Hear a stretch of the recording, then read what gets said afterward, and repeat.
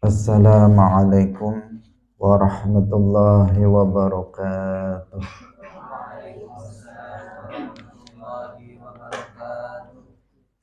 Alhamdulillahi rabbil alamin. Lahun ni'matu wa lahul fadlu wa lahul thana'ul hasan. Wassalawatullahil barrir rahim wal malaikatil muqarrabin ala sayyidina wa maulana Muhammadin wa ala alihi wa ashabihi tayyibin tahirin. Allahumma la sahla illa ma ja'altahu sahla wa anta taj'alul hazna idza syi'ta sahla. Allahumma rzuqna al-ikhlasa fil niyyati wal qawli wal amal wa ba'du.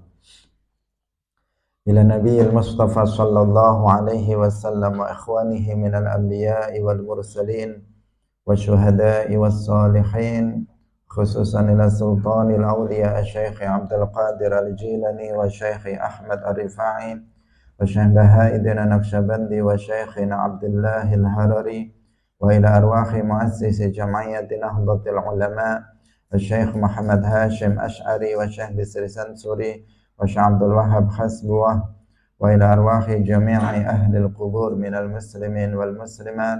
Al-Fatihah. A'udzu billahi minasy syaithanir rajim. Bismillahirrahmanirrahim. Alhamdulillahi rabbil alamin. Ar-Rahmanir Rahim. Maliki yaumiddin. Iyyaka na'budu wa iyyaka nasta'in. Ihdinas siratal mustaqim. Siratal ladzina an'amta 'alaihim ghairil maghdubi 'alaihim waladdallin. Amin. Hadirin hadirat kaum muslimin muslimat, pemirsa Madu TV rahimakumullah. Alhamdulillah, kita bersyukur kepada Allah Subhanahu wa taala pagi hari ini. Allah Subhanahu wa taala masih memberikan banyak sekali kenikmatannya, kenikmatan sehat, nikmat kesempatan untuk bisa hadir dalam majelis ilmu. Semoga Allah Subhanahu wa taala memberikan keistiqomahan kepada kita semuanya. Karena amal yang terbaik adalah yang dilakukan secara istiqamah. Amin ya rabbal alamin. Salawat dan salam semoga tetap terlimpahkan kepada Nabi Agung, makhluk yang paling mulia, yaitu Nabi Muhammad sallallahu alaihi wasallam, para sahabatnya, keluarganya, serta seluruh umat Islam yang mengikuti beliau ila yaumil qiyamah. Hadirin rahimakumullah. Mari kita ikhlaskan niat kita masing-masing. Kita ngaji lillahi ta'ala. Kita lanjutkan pengajian kitab Mukhtasar Siratin Nabi sallallahu alaihi wasallam wa sirati ashabihil asyara, karya Al-Hafidh Al-Maqdisi. Qala al-muallif rahimahullahu ta'ala wiladatuhu utawi iku bab nerangaken kelahiranipun Kanjeng Nabi sallallahu alaihi wasallam. Wa wulida lan wasden lahiraken sapa Rasulullah sallallahu alaihi wasallam bi Makkah, ing dalem tanah Makkah, amal fili, ing dalem tahun gajah, fi syahri Rabi'il awwali,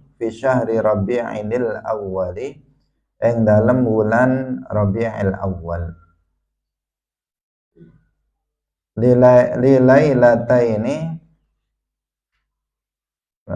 kedue wengi loro kholata minhu saking Rabiul Awal. Artinya di sini ada tentang kalau di sini 2 malam artinya malam kedua, yaitu tanggal 2 menurut kitab ini. Yaumal Itsnaini ing dalem dina Senin. Wa qala lan was dawuh sapa ba'dhum sebagian ulama ba'dal fili ing dalem sause taun fil bi 30 kelawan 30 apane aman taune. Wa qala lan was dawuh sapa ba'dhum sebagian ulama bi arba'ina aman kelawan 40 apane aman taune. Was sahihu lan utawi kang bener annahu sak temene Kanjeng Nabi sallallahu alaihi wasallam iku wulida dan lahiraken sapa Kanjeng Nabi amal fili ing dalam tahun gajah. Hadirin rahimakumullah. Secara singkat di sini dijelaskan tentang kelahiran Rasulullah sallallahu alaihi wasallam. Bahwa Rasulullah sallallahu alaihi wasallam pertama beliau dilahirkan di Makkah. Wajib kita untuk mengetahui tentang itu, bahwa Rasulullah sallallahu alaihi wasallam itu dilahirkan di Makkah. Amal fil, kapan beliau dilahirkan? Amal fil pada tahun gajah. Jadi tahun itu biasanya disebut angka, tetapi di sini disebut amal fil, tahun gajah. Kenapa tahun tersebut disebut dengan amul fil, tahun gajah? Karena pada tahun itu terjadi suatu peristiwa di mana ada seorang raja di Yaman namanya Abrahah mencoba untuk menghancurkan Ka'bah. Datang dari Yaman dengan pasukannya, pasukan yang sangat banyak. Sebagian riwayat mengatakan 60.000 pasukan, 60.000 prajurit datang ke Makkah Al-Mukarramah dengan mengendarai gajah. Tujuannya adalah untuk menghancurkan Al-Ka'bah Al-Musyarrafah. Kenapa Abrahah ingin menghancurkan Al-Ka'bah Al-Musyarrafah?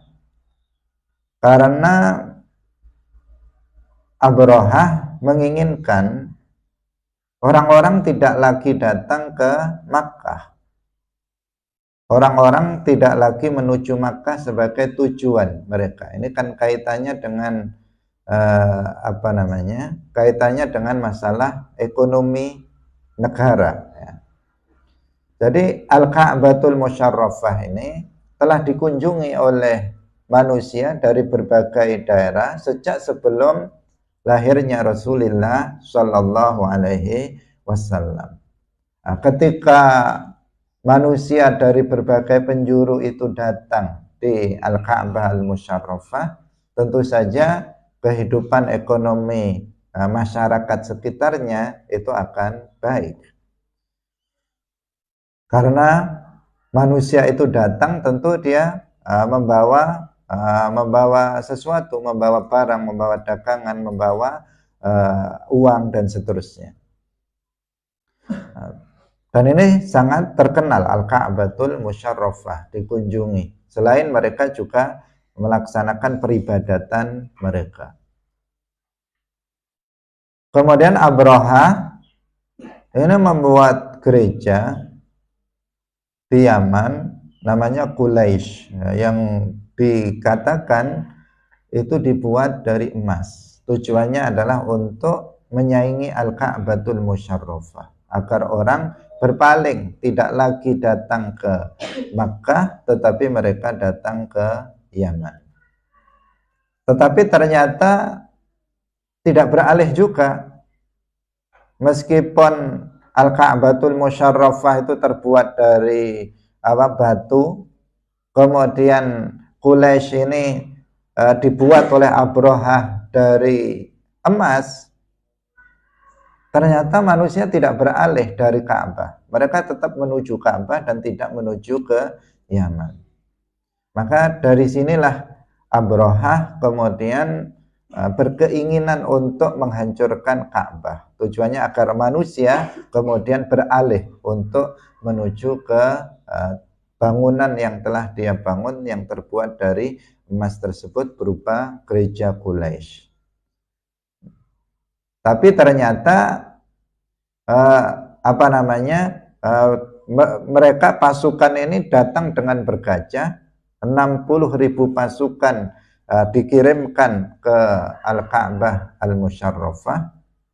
Ketika sudah mendekati Al-Ka'batul Musyarrafah, salah satu gajah milik Abrahah yang dibawa ketika itu namanya Mahmud. Nah, ini dalam kisah-kisah sangat terkenal. Kalau lihat film kartunnya itu ada. Namanya Mahmud. Nah, itu nama gajah. Mahmud, bukan nama orang. Nah, nama gajah Mahmud. Nah, gajahnya ini nggak mau lanjut. Dia nggak mau jalan ke depan. Tetapi dia malah berbalik. Nah, tidak mau berjalan menuju Ka'bah untuk menghancurkannya, tetapi justru dia berbalik. Itu ya karena kekuasaan Allah Subhanahu wa ta'ala. Singkat cerita, akhirnya Allah Subhanahu wa ta'ala mengirimkan sekelompok burung yang di dalam Al-Quran disebutkan Toyron Ababil. Tetapi Ababil ini sebenarnya bukan nama burung, karena orang sering menyebutnya dengan sebutan burung ababil. Nah, burung ababil. Seakan-akan ababil ini adalah nama seekor burung. Padahal ababil ini bahasa Arab. Dia bukan nama seekor burung, tetapi artinya mutafarriqah. Jadi Toyron ababil artinya burung yang tersebar, terpisah-pisah, datang dari lautan dengan membawa kerikil, 2 kerikil di paruhnya, di kakinya itu membawa kerikil yang yang telah dibakar di neraka atau di api. Yang di kerikil itu sudah tertulis nama setiap tentara Abrahah. Jadi sudah tertulis semuanya, ini untuk si fulan, ini untuk si fulan, ini untuk si fulan. Sudah tertulis semuanya nama-nama pasukan dari Abrahah. Sehingga burung itu kemudian mencari sasarannya sendiri-sendiri. Mencari sasarannya sendiri, batu itu mau diturunkan atau dijatuhkan ke siapa sesuai nama yang tertera dalam batu tersebut. Maka dilakukanlah oleh burung itu, dijatuhkan burung ke masing-masing orang, dan ketika dijatuhi batu itu semuanya mati. Dia dan gajah yang ditumpanginya semuanya itu mati. Satu orang itu yang sengaja dilepaskan sementara oleh burung itu, sehingga dia berlari pulang ke Yaman, ke tempatnya Abrahah. Ketika dia setelah bercerita tentang kejadian yang terjadi di Makkah, kemudian dijatuhkan, burung itu ikut di atasnya, kemudian dijatuhkan ke orang tersebut dan mati juga di hadapan Abrahah. Ini peristiwa ini namanya peristiwa yang kemudian disebut dengan Amul Fil, tahun gajah. Karena di tahun itu terjadi peristiwa besar, datangnya tentara Abrahah dengan mengendarai gajah untuk menghancurkan Ka'bah, tetapi Allah Subhanahu wa ta'ala menyelamatkan Ka'bah dan menghancurkan tentara Abrahah yang bergajah itu. Sehingga tahun tersebut disebut dengan Amul Fil. Nah, kalau cerita rincinya itu disebutkan oleh para ulama dalam kitab-kitab mereka. Dalam tafsir Al-Fil, surat Al-Fil itu sebagian ulama menjelaskan tentang peristiwa bergajah ini. Hadirin rahimakumullah,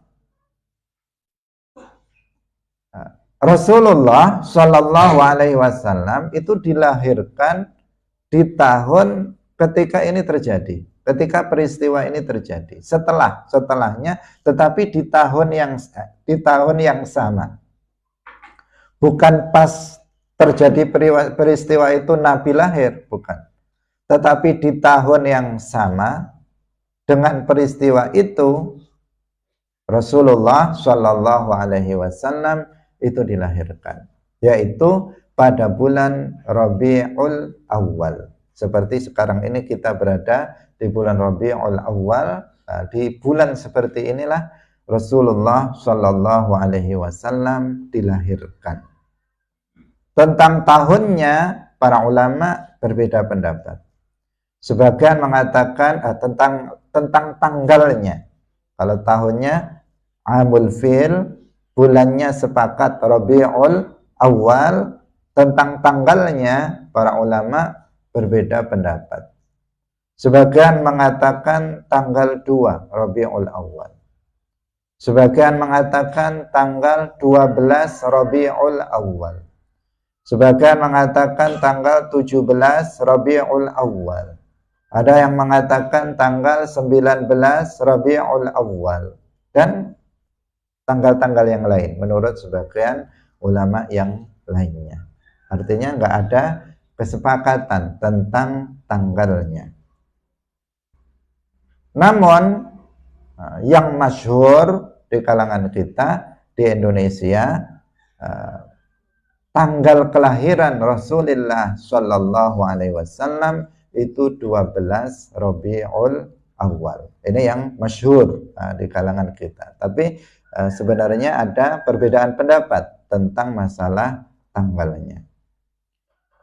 Untuk itulah maka kita umat Islam di seluruh dunia, di kota-kota maupun di kampung-kampung sampai di pelosok-pelosok daerah, setiap tahun di bulan Rabiul Awal, dari awal sampai akhir, itu memperingati Maulid Nabi Muhammad Sallallahu Alaihi Wasallam.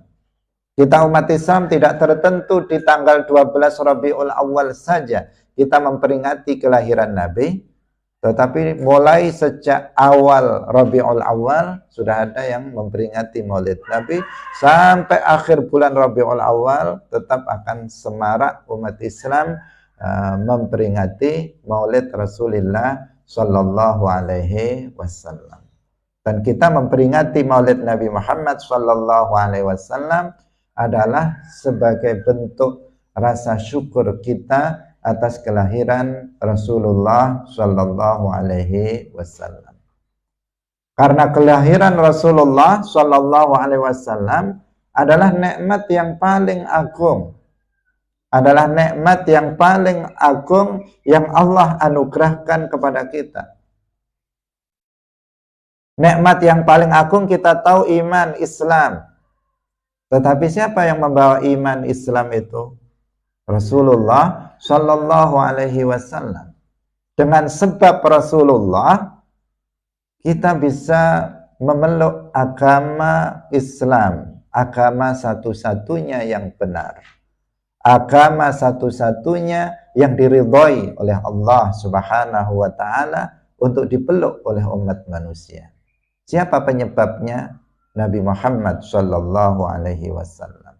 Karena Nabi Muhammad dilahirkan, maka kita menjadi seorang Muslim, dan jika kita mati dalam keadaan Muslim mukmin, maka kita akan memperoleh kebahagiaan yang abadi nanti di akhirat. Penyebabnya adalah Nabi Muhammad Sallallahu Alaihi Wasallam. Beliau dilahirkan. Maka lahirnya Nabi adalah sebuah kenikmatan yang sangat agung, maka sangat wajar jika umat Islam kemudian memperingati hari kelahiran beliau sebagai wujud syukur kita atas kelahiran Rasulullah Shallallahu Alaihi Wasallam. Yang kedua adalah karena untuk membuktikan cinta kita kepada Rasulullah Shallallahu Alaihi Wasallam. Karena kita mencintai beliau, maka kita mengingat beliau, maka kita bersolawat kepada beliau, maka kita memperingati hari kelahiran Rasulullah Shallallahu Alaihi Wasallam. Memang Rasulullah Shallallahu Alaihi Wasallam tidak pernah memperingati maulid Nabi seperti yang kita lakukan. Demikian juga para sahabat, tidak ada yang memperingati maulid Nabi seperti yang kita lakukan. Karena peringatan maulid Nabi baru diadakan. Peringatan maulid Nabi dengan cara seperti yang kita lakukan baru diadakan sekitar pada abad ke-7 Hijriah oleh seorang raja Irbil di Irak, namanya Raja Muzaffaruddin Al-Kaukabri. Ini yang pertama kali membuat peringatan maulid Nabi dengan seperti yang kita lakukan. Beliau seorang raja yang adil, raja yang soleh, mengundang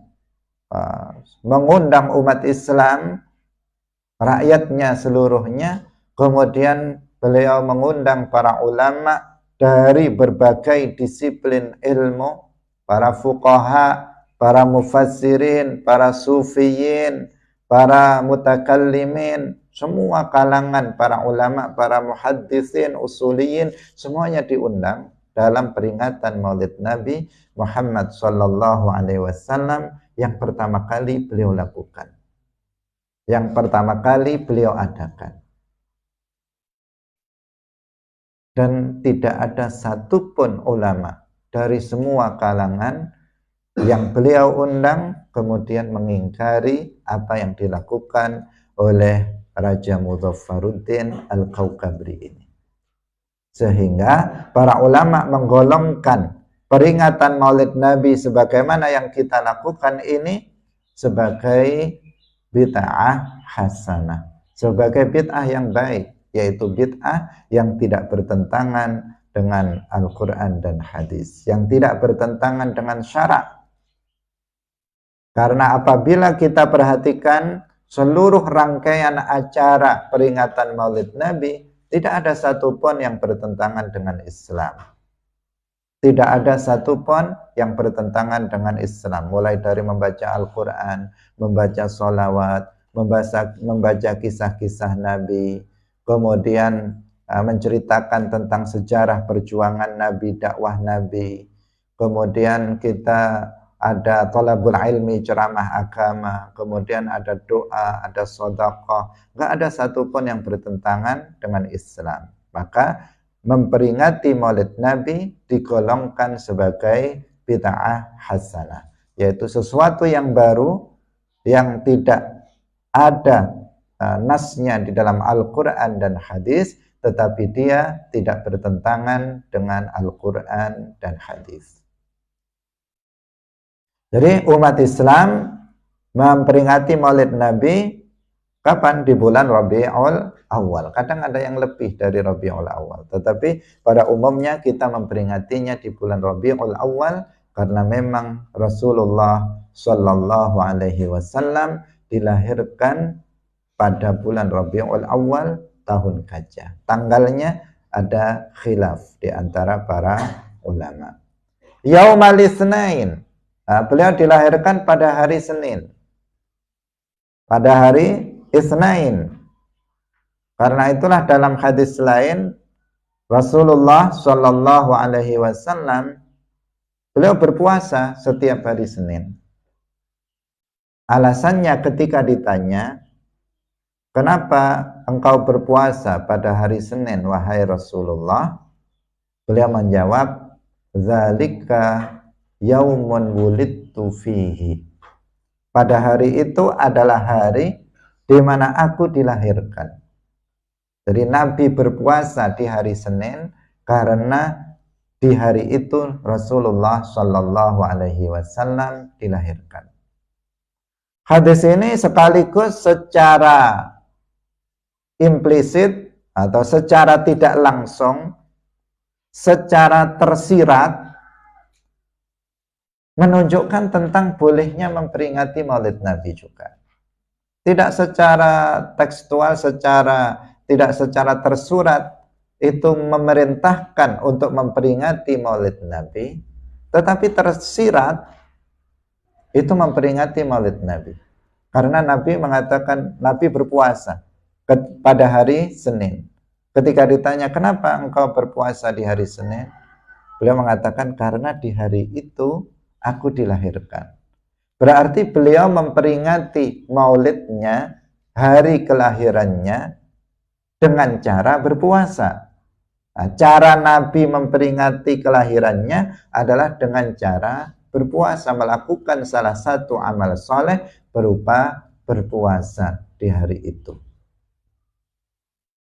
Nah, dan ini bahkan menunjukkan Nabi memperingati kelahirannya bukan setiap tahun, tetapi setiap minggu. Setiap hari Senin memperingati hari kelahiran beliau dengan berpuasa. Maka kita umat Islam juga disunnahkan untuk berpuasa di hari Senin. Nah, karena Nabi Shallallahu Alaihi Wasallam itu dilahirkan Yaumal Itsnain. Wa qala ba'duhum ba'dal fil bi 30 aman. Sebagian ulama mengatakan Nabi dilahirkan bukan tahun fil, bukan tahun gajah, tetapi 30 tahun setelah tahun gajah.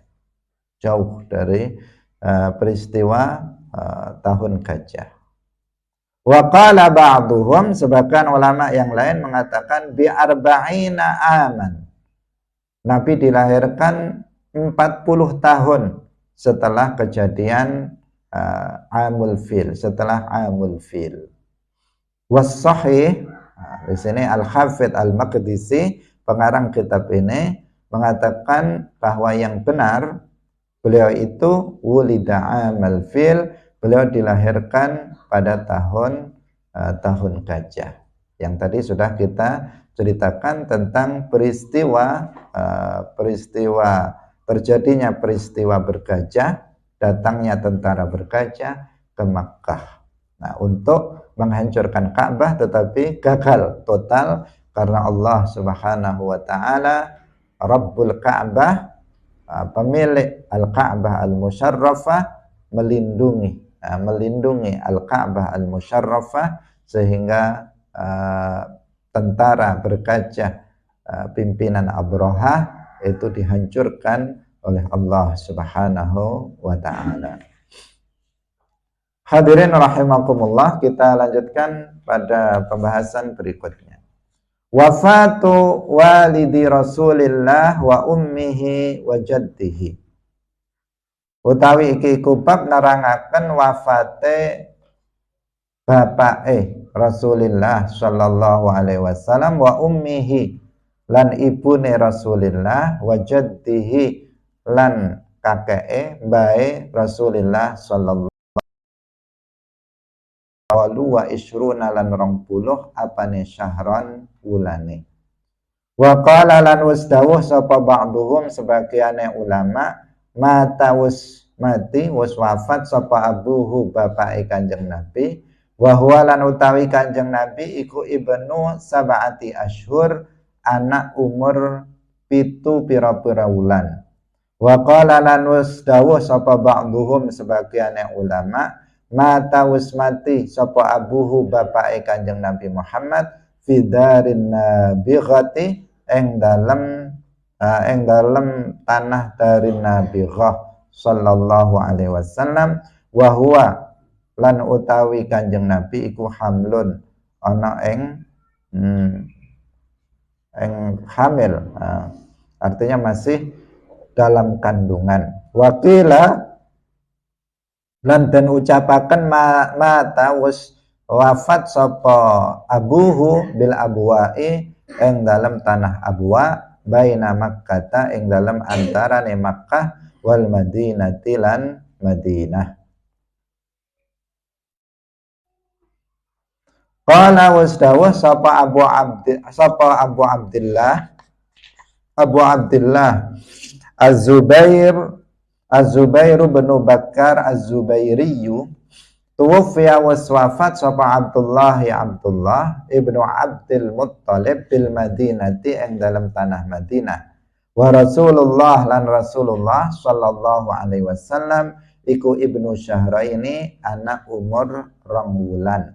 Wa matat lan waswafat sapa ummuhu ibune Kanjeng Nabi wa walan utai Kanjeng Nabi iku ibnu arba'i sinina anak umur 4 pira-pira tahun.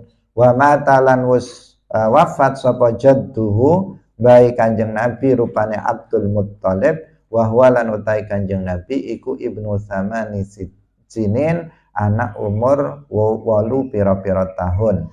Wakila lan den ucapaken matat wafat sapa ummuhu ibune Kanjeng Nabi wa walan utawi Kanjeng Nabi iku ibnu sitti sinina anak umur 6 pira-pira tahun. Hadirin rahimakumullah. Sekarang kita membahas tentang wafatnya ayah, ibu dan kakeknya Rasulullah Shallallahu alaihi wasallam. Tentang masalah ini banyak sekali terjadi khilaf, perbedaan pendapat di antara para ulama. Yang pertama, pendapat yang pertama mengatakan bahwa ayah Nabi yaitu Abdullah ibn Abdul Muttalib itu wafat ketika Nabi berumur 28 bulan. 28 bulan berarti umur beliau 2 tahun lewat berapa? Lewat 4 ya, lewat 4 bulan. Karena 1 tahun itu berapa? 12 bulan. Kalau kali 2 berarti 24 bulan. Nah, di sini 28 bulan.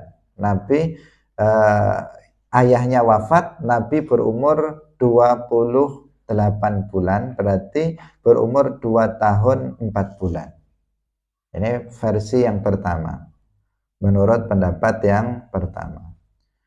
Pendapat yang kedua mengatakan bahwa ayahnya Nabi itu wafat ketika Nabi berumur 7 bulan, lebih kecil lagi. Nabi masih lebih kecil dari pendapat yang pertama yang sudah lewat 2 tahun. Nabi di sini masih 7 bulan, berarti belum sampai 1 tahun. Sebagian ulama yang lain mengatakan bahwa Nabi itu ayahnya wafat ketika beliau masih berada dalam kandungan, yaitu di suatu tempat namanya Darun Nabighah. Itu tempat wafatnya sang ayah Abdullah ibn Abdul Muttalib. Jadi beliau belum lahir, masih ada dalam kandungan.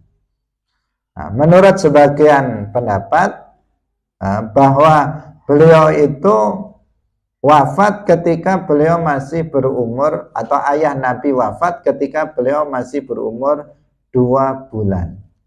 Jadi macam-macam yang disebutkan di sini saja. Ada ketika Nabi sudah umur 2 tahun 4 bulan, Nabi masih berumur 7 bulan, Nabi masih berada dalam kandungan. Ada juga yang mengatakan Nabi masih berumur 2 bulan. Beda-beda pendapat dari para ulama. Kenapa? Karena memang nggak dicatat. Dulu kan tidak dicatat. Kalau sekarang untuk melihat kelahiran seseorang itu sudah tercatat sebagian, tapi ada juga sebagian orang yang tidak memperhatikan, tidak mencatat kelahiran anaknya, sehingga juga dia nggak tahu. Kalau orang-orang tua kita atau mbah kita, kalau ditanya tentang kelahirannya, kebanyakan juga nggak tahu. Tapi kalau kita, ini rata-rata semuanya sudah tahu.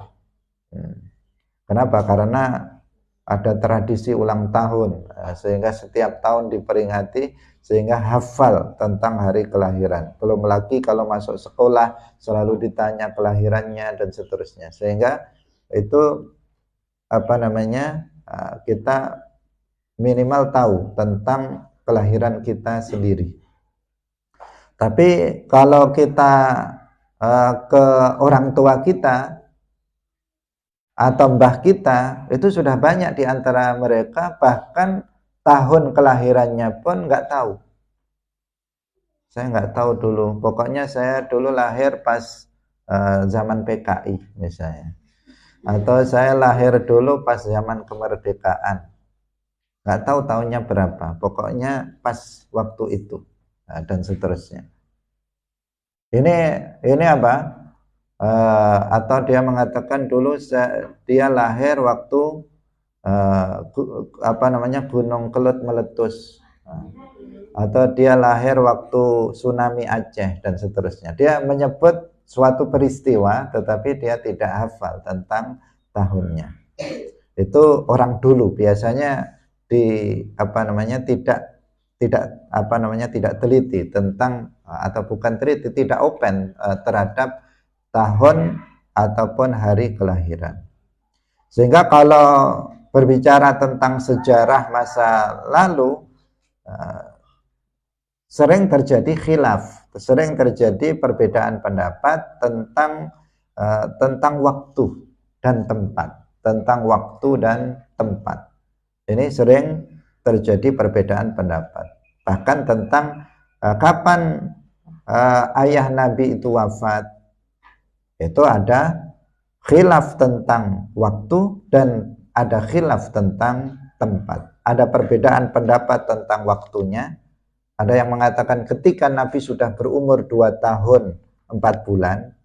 Ada yang mengatakan berumur 7 bulan. Ada yang mengatakan Nabi masih berumur 2 bulan.